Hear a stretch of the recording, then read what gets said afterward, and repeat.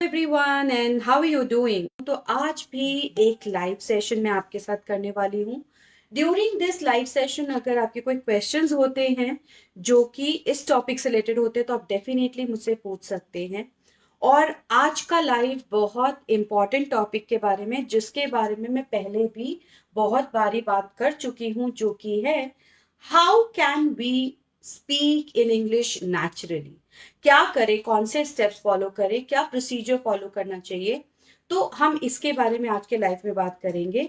So stay tuned. If you are a student, if you are a business person, if you are a professional and you want to speak in English and you want it to be natural, आपके habit में हो जाए English, आप ऐसा चाहते हैं तो आज का लाइव सेशन जरूर अटेंड करिएगा। एंड तक अटेंड करिएगा बिकॉज एंड में मैं एक छोटा सा आपके लिए सरप्राइज गिफ्ट भी लेके आई हूँ जो उसी को मिलेगा जिसने कि एंड में सब वीडियो खत्म होने के बाद जो मैंने क्वेश्चन पूछा है उसका आंसर दिया। तो Hey, this is Anju Jindal. I'm a trainer, entrepreneur, and a career growth specialist, and I believe in learning and sharing experiences. इसीलिए मेरी एक कम्युनिटी है जिसका नाम है करियर ग्रोथ मास्टरमाइंड, और वो मेरे मिशन जो कि 10,000 स्टूडेंट्स को इंग्लिश कम्युनिकेशन और करियर ग्रोथ में हेल्प करने का है, उसमें आगे बढ़ने में हेल्प करते हैं। बिकॉज वहां पर बहुत सारे लोग हम कनेक्टेड हैं जिसमें मैं बहुत सारी चीजें शेयर करती हूँ। लोग अपने रिव्यूज, अपने फीडबैक, अपने एक्टिविटीज शेयर करते हैं जिससे कि बाकी लोगों को भी मोटिवेशन मिलता है और कम्युनिकेशन और करियर हैक कर सके। साथ ही साथ मेरा एक यूट्यूब चैनल भी है, अगर आपने उसे अभी तक सब्सक्राइब नहीं किया है तो उसे भी सब्सक्राइब कर दे। बिकॉज आगे आने वाली वीडियोस जो कि career growth, time management, goal setting, interview skill से रिलेटेड होंगी, उनकी नोटिफिकेशन आपको टाइम पर मिल जाएगी। Now when I talk about English, first of all let us understand one simple thing. English हमें डिफिकल्ट क्यों लगती है? Because it is not a natural language. जैसे हिंदी या हमारी कोई मदर टंग हमारे लिए नेचुरली बचपन से हम लोग बोलते आ रहे हैं, हैबिट में है हमारे उसमें बात करना, वो इंग्लिश के साथ नहीं है। एक हमारे लिए फॉरेन लैंग्वेज है इंग्लिश, तो डेफिनेटली प्रॉब्लम तो होगी। तो हमें क्या करना है? हमें उसे अपनी हैबिट का हिस्सा बनाना है। और हैबिट का हिस्सा बनाने के लिए बहुत जरूरी है कि हम उसमें रेगुलरली काम करें। 1 महीने 2 महीने का सिर्फ कोर्स ज्वाइन करने से कुछ नहीं होगा, रेगुलरली करने से होगा काम उसमें। तो क्या कर सकते हैं रेगुलरली? चाहे तो आप इसके लिए कोई कोर्स ज्वाइन कर सकते हैं, जैसे कि मेरा कोर्स है public speaking course, fearless communication skill course, जिसमें कि आप ये चीज सीख सकते हैं। या फिर आप सिंपल 3 स्टेप फॉर्मूला फॉलो करें जिसे मैं P3 प्रोसेस भी बोलती हूँ। P3 प्रोसेस में सबसे पहला P का मतलब है practice for 30 minutes daily. It is truth which is world wide famous कि अगर आप कोई चीज रोज 15 से 30 मिनट के लिए करते हैं तो आप 21 दिन में उसको अपनी हैबिट में लाना शुरू कर देते हैं। And within 3 to 4 months it becomes a part of your life. तो हमें इसको हैबिट में लाना है by practising it for minimum of 15 to 30 minutes daily. ना, कई लोग क्वेश्चन पूछते हैं कि 30 मिनट्स में करना क्या है। इस 30 मिनट्स में हमें 4 स्किल की प्रैक्टिस करनी है। पहला स्किल है रीडिंग स्किल, दूसरा है स्पीकिंग स्किल, तीसरा है लिसनिंग स्किल और चौथा है राइटिंग स्किल। एक लैंग्वेज में ये चारों स्किल्स की जरूरत होती है। तो सबसे पहले हमें इन चारों स्किल में अपने आप को ट्रेन करना है। तो approximately what you can do is, अगर आप रोज कम से कम 1 पेज या 200 वर्ड्स रीड कर सके इस 30 मिनट्स की प्रैक्टिस के दौरान तो वो बहुत अच्छा रहेगा। वो आपकी रीडिंग एबिलिटी इस लैंग्वेज में बढ़ाएगा। दूसरा, आप इसमें लिसनिंग स्किल के लिए कोई वीडियो या ऑडियो जो कि इंग्लिश में ही हो, पॉडकास्ट हो, जो आपके इंटरेस्ट के हिसाब से हो, आप उसे सुन सकते हैं ताकि आप इंग्लिश लैंग्वेज में जो वर्ड्स होते हैं वो आप सुन के समझ पाए। तो लिसनिंग एबिलिटी के लिए 5 to 10 मिनट्स की एक्टिविटी ये हो सकती है। तीसरा, रीडिंग के लिए आपको, रीडिंग का हो गया, देन स्पीकिंग के लिए आपको ऑब्वियसली कोई एक टॉपिक पे 100 वर्ड्स या 1 मिनट बोलना है। It can be any your day routine, it can be any general topic, it can be your interaction with some friend, anything you learn, कुछ भी। और ये जब आप रोज करोगे यू विल सी कि आप रेगुलरली करने की वजह से स्पीकिंग को भी इंग्लिश में इंप्रूव करोगे। Now, when you are speaking, you need to follow 4 things. First, जब आप बोल रहे हैं तो आप कुछ लिखा हुआ पढ़कर नहीं बोलेंगे. You have to make sure that you are thinking in English and you are speaking in English also. Conversion में नहीं करेंगे. जनरली हम लोग क्या करते हैं, जब हमें इंग्लिश में कुछ बात करने को कहा जाता है तो पहले हम उसको लिखते हैं या हिंदी में सोचकर इंग्लिश में कन्वर्ट करते हैं. तो ये हमको नहीं करना है. हमें इंग्लिश में ही सोचे अपने वर्ड्स को, ये कोशिश करनी है, जिसके लिए हमें बेसिक टॉपिक्स पहले स्टार्ट करने हैं. जैसे सिंपल इंट्रोडक्शन हो गया, फिर कोई एजुकेशन के बारे में होगा, तो सिंपल टॉपिक्स के बारे में हमें स्टार्ट करना है. और जब हमारा इंग्लिश में थिंकिंग प्रोसेस डेवलप होने लगे तो उसको सेंटेंसेस में हम सोच सकें, वो ध्यान रखना है. जैसे कि हम लोग हमारे सामने कोई भी अगर पानी का ग्लास लेके आता तो हम इसे बोलते हैं पानी का ग्लास, हमें सोचना नहीं पड़ता. तो ये हमें इस तरीके से प्रैक्टिस करना है रेगुलरली कि हमारे थॉट प्रोसेस में रेगुलर में आ जाए. इसके लिए बहुत सारी एक्टिविटीज होती हैं जो मैंने बाकी ब्लॉग्स में मेंशन की हुई हैं. आप उन्हें पढ़कर और वीडियोस में जाकर देख सकते हैं. नहीं तो मैं कोर्स में ये सारी एक्टिविटीज की प्रैक्टिस कराती हूँ ताकि आप 3 मंथ्स में इसको अपने हैबिट का हिस्सा बना सके. ठीक है, तो ये हमें करना है. तीसरी चीज, जो वर्ड्स हमने नए सीखे होंगे उन्हें रीडिंग के समय हमें या स्पीकिंग के समय हमें यूज करना है.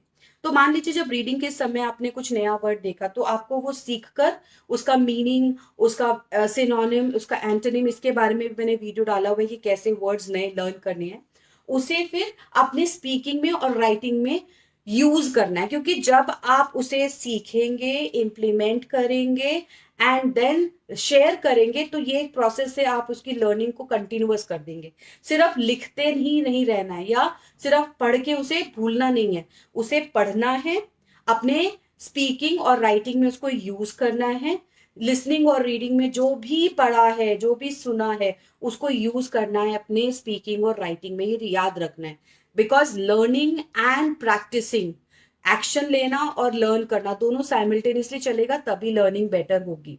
ठीक है, अब जब ये चीजें हो जाएंगी तो आपने अपनी स्पीकिंग एक्टिविटी पे भी फोकस किया ना. Fourth activity is writing activity. Every day write 100 words or 200 words in English on any topic again.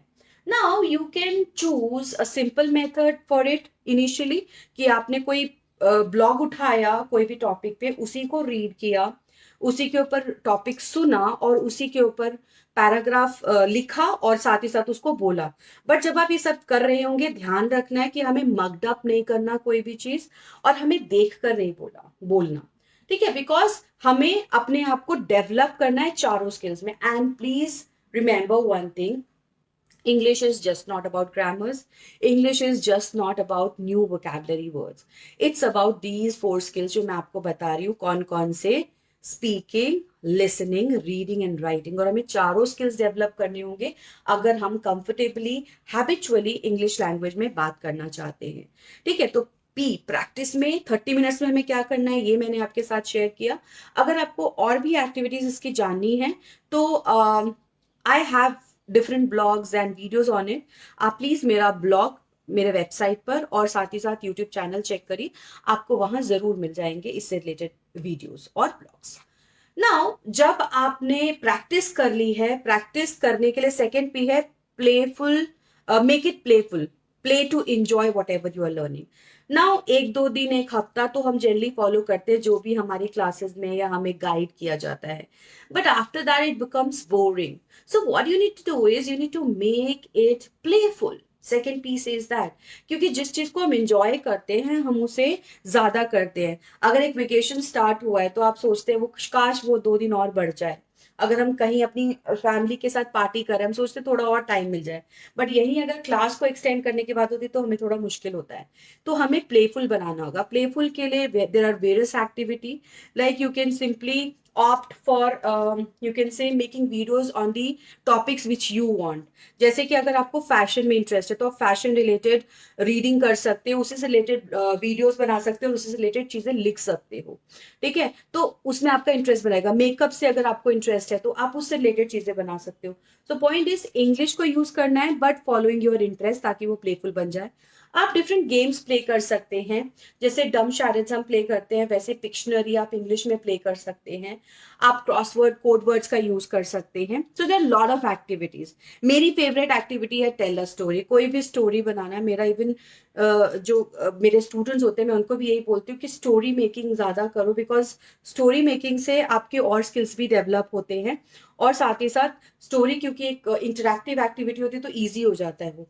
तो कोई भी रैंडम स्टोरी पे इंग्लिश में कॉन्वर्जेशन या बात करना शुरू करिए और आपको वो आसान लगेगा। तो प्लेफुल बनाइए अपनी प्रैक्टिस को।